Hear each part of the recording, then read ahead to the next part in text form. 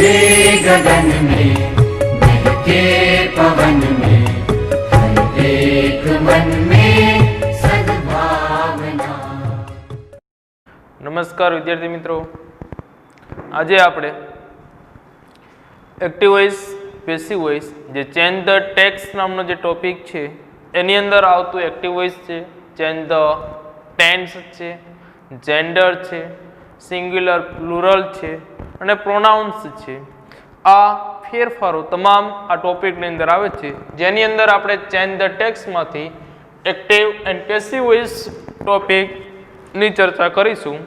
આગળના વિડીયોમાં આપણે એક્ટિવ વોઇસ પેસિવ વોઇસ કોને એક્ટિવ વોઇસ કહેવાય, કોને પેસિવ વોઇસ કહેવાય, એને ફેરવવામાં લાગતા નિયમોની ચર્ચા આપણે કરી હતી। હવે આપણે વન બાય વન એક એક કાંડનો એક્ટિવ વોઇસ પેસિવ વોઇસ હકાર, નકાર અને પ્રશ્નાર્થમાં સમજતા જોઈશું। તો અહીંયા મેં 3 હકારના, 3 નકાર અને 3 પ્રશ્નાર્થ એક્ઝામ્પલ નોટ ડાઉન કરેલા છે। જોઈએ આપણે એવી માંથી પીવી માં કઈ રીતે રૂપાંતર થવું। ખાસ કરીને પહેલા તેની વાક્ય રચનાની ચર્ચા કરીશું।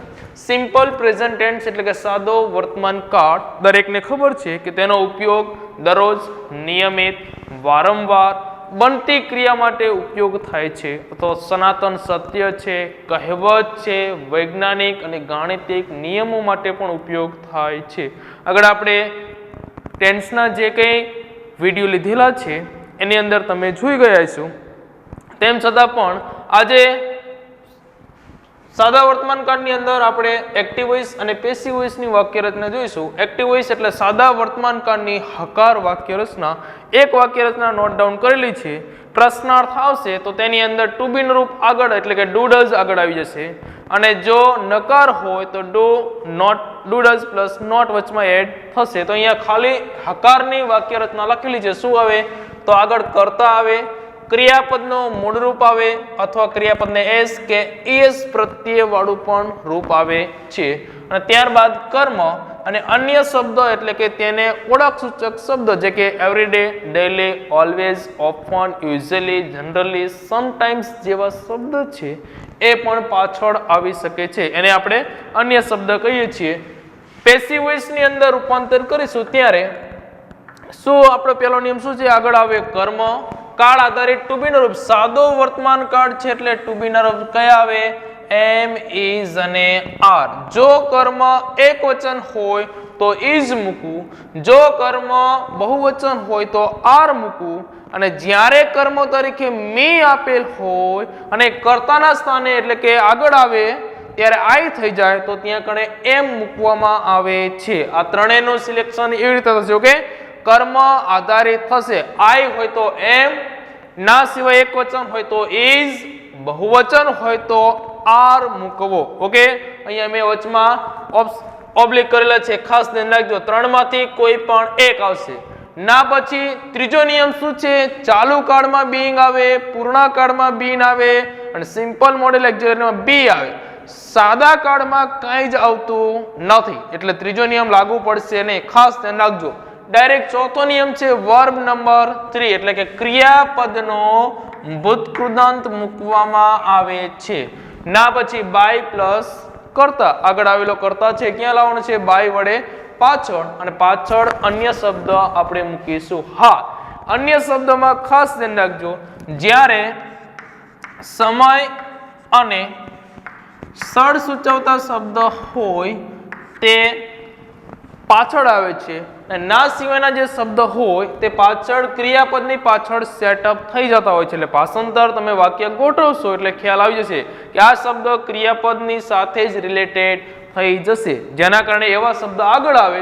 સમય અને સ્થળ સૂચવતા શબ્દ ક્યાં મૂકવાના, કર્તા મૂક્યા બાદ એટલે કે વાક્યના અંતે મૂકવાના। ઓકે, આપણે એક્ટિવ વોઇસમાં જશું, જે કે એક્ઝામ્પલ છે તેની અંદર સૌથી પહેલા શું ઓળખવાનું છે, ક્રિયાપદ। તો એક્ઝામ્પલ સમજો, કોમલ રાઇટ્સ અ લેટર એવરી મંડે, કોમલ દર સોમવારે પત્ર લખે છે। ઓકે, વારંવાર થતી ક્રિયા છે। જો અહીંયા રાઇટ્સ મૂળ રૂપ નથી, એસ વાળું રૂપ છે।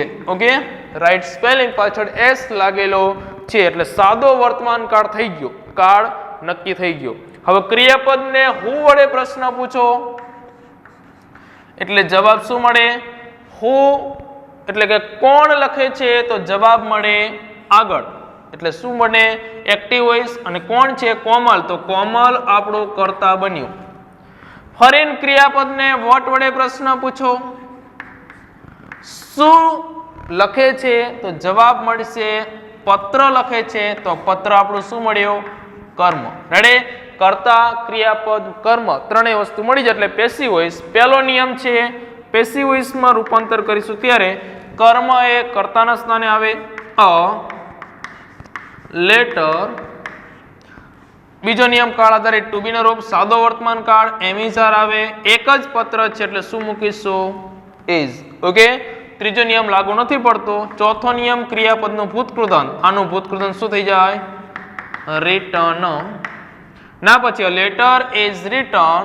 પાંચમો નિયમ છે કર્તા બાય વડે કર્મના સ્થાને આવશે એટલે શું આવશે અહીંયા? કોમલ. અને સમય સૂચક અને સ્થળ સૂચક શબ્દ હોય તે પાછળ એવરી મંડે. ઓકે. આવી રીતે એબી નું પીવી આગળનું પાછળ અને પાછળનું આગળ લાવવાનું છે. ખૂબ જ સહેલું છે. બીજું example, Manoj speaks N English daily. Manoj દરરોજ ઇંગ્લિશ બોલે છે. તો કઈ ક્રિયા થાય છે? બોલવાની. તો સ્પીક જોઈ લો, એસ લાગેલો છે એટલે સાદો વર્તમાન કાળ. WH હુ થી પ્રશ્ન પૂછો કોણ બોલે છે? મનોજ. આ મળ્યું કર્તા. વોટ થી પ્રશ્ન પૂછો શું બોલે છે તો કે ઇંગ્લિશ. આ બન્યું કર્મ. પીસી વોઇસમાં રૂપાંતર કરો. પહેલા કર્મ આવે કર્તાના સ્થાને એન ઇંગ્લિશ. એક જ ભાષાની વાત કરી છે એટલે ઇઝ. ત્રીજો નિયમ ના લખે. ચોથા કાળમાં આવે સ્પીક, સ્પોક અને સ્પોકન. તો અહીંયા કણે શું આવશે? ભૂતકૃદંત સ્પોકન બાય મનોજ. છેલ્લે અન્ય શબ્દ છેલ્લે ડેલી. ઓકે. ત્યાર દરમિયાન રોનકભાઈ પ્લેસ ક્રિકેટ એવરી સન્ડે. રોનકભાઈ દર સન્ડે એટલે કે રવિવારે ક્રિકેટ રમે છે. કઈ ક્રિયા થાય છે? રમવાની. એસ લાગેલો છે એટલે સાદો વર્તમાન કાળ. રૂપાંતર પેસિવ વોઇસમાં કરશું એટલે ટુ બી ના રૂપ જાણવા ખાસ ઓકે એમિઝાર આવશે કાળ જાણી લીધો માટે. તો અહીંયા કણે શું રમે છે? ક્રિકેટ. આ કર્મ. કોણ રમે છે? હુ વડે તો કે રોનકભાઈ કરતા. પેસિવ વોઇસમાં ફેરવો. પેસિવ વોઇસમાં ક્રિકેટ આગળ આવે. ક્રિકેટ એક જ રમતની વાત કરે છે એટલે શું મૂકવાનું? અહીંથી લેવાનો ઇઝ. ત્રીજા નિયમ લાગતો નથી. ચોથા નિયમમાં ભૂતકૃદંત. પ્લે નું ભૂતકૃદંત શું થાય? પ્લેડ. ઓકે. શું થાય? પ્લેડ. આગળ શું આવે? બાય વડે કરતા તો બાય રોનકભાઈ એવરી સન્ડે વાક્યના અંતે મૂકી દેવાનું. સરસ, એકદમ ઈઝી રીત છે. ઓકે. આ રીતે ક્લિયર. ના પછી Mukesh does not make a table. Mukesh table બનાવતો નથી. શું આવ્યું? Does not. નકાર વાક્ય રચના અહીંયા લખું છું. એક્ટિવ વોઇસમાં સાદો વર્તમાન કાળ હોય ત્યાં કણે નકાર વાક્ય રચનામાં do does plus not plus ક્રિયાપદનો મૂળ રૂપ આવે. પેસિવ વોઇસ થાય એટલે શું આવે? એમિઝાર પ્લસ નોટ પ્લસ ક્રિયાપદનું ભૂતકૃદંત અથવા વર્બ 3. ઓકે. આગળ પાછળ તો ખબર જ છે. એક્ટિવ વોઇસમાં આગળ કરતા આવે, પેસિવ વોઇસમાં આગળ કર્મ આવે. એ કોમન લખતો નથી.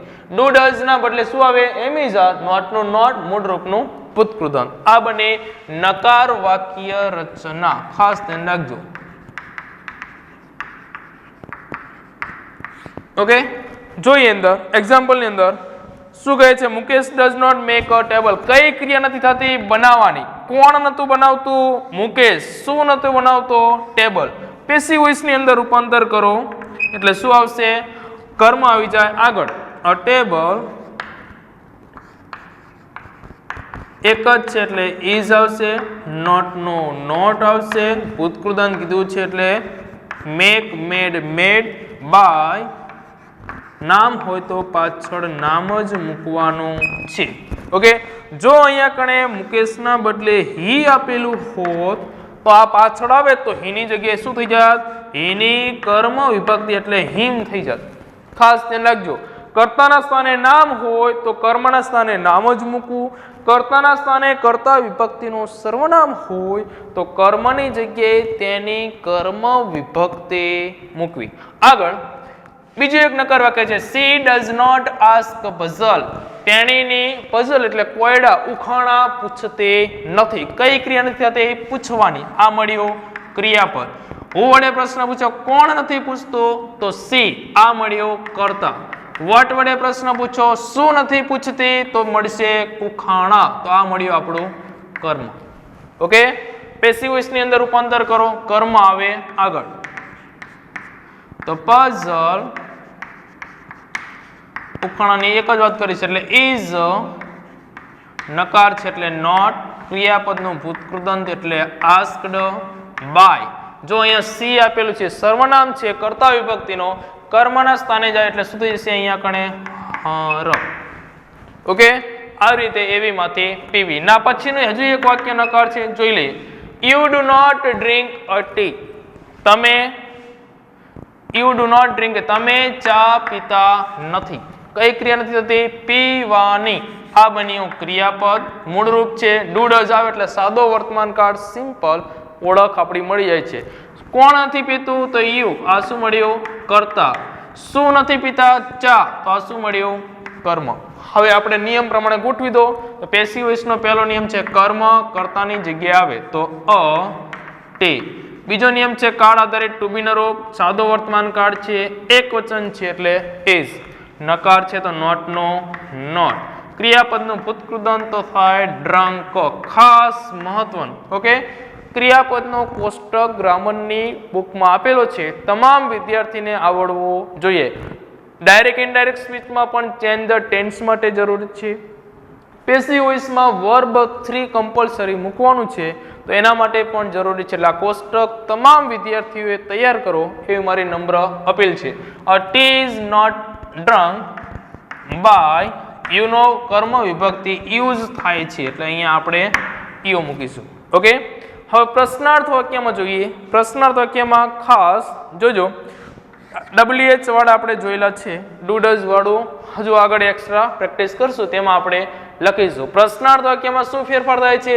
એમિજાર આગળ આવે ને કર્મ પાછળ જાય. બેઠી વાક્ય રચના છે, એક જ ફેરફાર. શું? તો પહેલા ટુ બી ના રૂપ મૂકવાના અને કર્મ પછી રૂપમાં કેવું હોય તો આપણા 5 નિયમમાં પહેલો અને બીજો નિયમ અદલ બદલ કરવાનો છે. પહેલા ટુ બી ના રૂપ અને પછી કર્મ મૂકવાનું. ઓકે, તો અહીંયા કણે હા WH વાળા શબ્દ આપેલ હોય તો તે પ્રથમ જ રહે છે અને ત્યારબાદ પહેલો બીજો નિયમ બદલી નાખવાનો છે. When do you play chess? તમે ક્યારે ચેસ રમો છો? તો ક્રિયા કઈ થાય છે? રમવાની. કોણ રમે છે? યુ. શું રમે છે? ચેસ. આ બન્યું કર્તા, આ ક્રિયાપદ અને આ કર્મ. રેડી? પેસિવ વોઇસમાં રૂપાંતર કરો એટલે WH નું સ્થાન પહેલા WH ની જગ્યાએ જ મૂકી દેવાનું. when. ઓકે, હવે ટુ બી નું રૂપ આગળ મૂકવાનું છે. ટુ બી નું રૂપ કોના આધારે મૂકતા હતા આપણે? કર્મ આધારિત. પ્રશ્નાર્થ વાક્યનું પ્રશ્નાર્થ જ રહે છે. ડાયરેક્ટ સ્પીચમાં પ્રશ્નાર્થનું વિધાન બનતું હતું. ખાસ ધ્યાન રાખજો. અહીંયા કણે જેવું હોય તેવું જ, હકાર હોય તો હકાર, નકાર હોય તો નકાર, પ્રશ્નાર્થ હોય તો પ્રશ્નાર્થ. તો અહીંયા when ચેસ એક છે તો એના માટે એક વચન ટુ બી નું રૂપ ઇઝ ચેસ. ઓકે, કર્મ આવી ગયું, ટુ બી નું રૂપ આવી ગયું, ત્રીજો નિયમ લાગતો નથી. ચોથું નિયમ છે ક્રિયાપદનું ભૂતકૃદંત પ્લે અને પાંચમો નિયમ છે બાય વડે કરતા કર્મના સ્થાને લે. પ્રશ્નાર્થ ચિહ્નનું પ્રશ્નાર્થ ચિહ્ન ખાસ ધ્યાન રાખજો. ડુ ડઝ પેસિવ વોઇસમાં સહાયકારક રૂપ તરીકે હોય તો નથી આવતા. હુ મેક્સ પાણીપુરી? કોણે પાણીપુરી બનાવી છે? કોણ પાણીપુરી બનાવે છે? મેક્સ ક્રિયા થાય છે બનાવવાની. શું બનાવવાની? પાણીપુરી. આ બન્યું કર્મ. કોણ બનાવે છે? જવાબ નહીં મળે. હુ વાળા વાક્યમાં કરતા હોતો નથી. ખાસ નોંધ લખવી હોય તો લખજો. અને હુનો પેસિવ વોઇસમાં જાય એટલે બાય હુમ થાય છે. ઓકે, ખાસ ધ્યાન રાખજો. હુ બરાબર શું કરવાનું છે? હો જ્યાં આવતું હોય ત્યાં પેસિવ વોઇસમાં તેની જગ્યાએ બાય હોમ મૂકવાનું છે. ઓકે, તો પહેલા હુની વિધિ કરી નાખો આપણે પેસિવ વોઇસમાં ફેરવતા પહેલા. તો હુનું શું થાય છે? By home. ત્યારબાદ પહેલા બીજા નિયમ અદલ બદલ. બીજો નિયમ ટુ બી નું રૂપ આગળ આવે. પાણીપુરી એકની જ વાત કરી છે એટલે અહીંયા ઇઝ. ઓકે, અહીંયા આર્ટિકલ એ અ પાણીપુરી.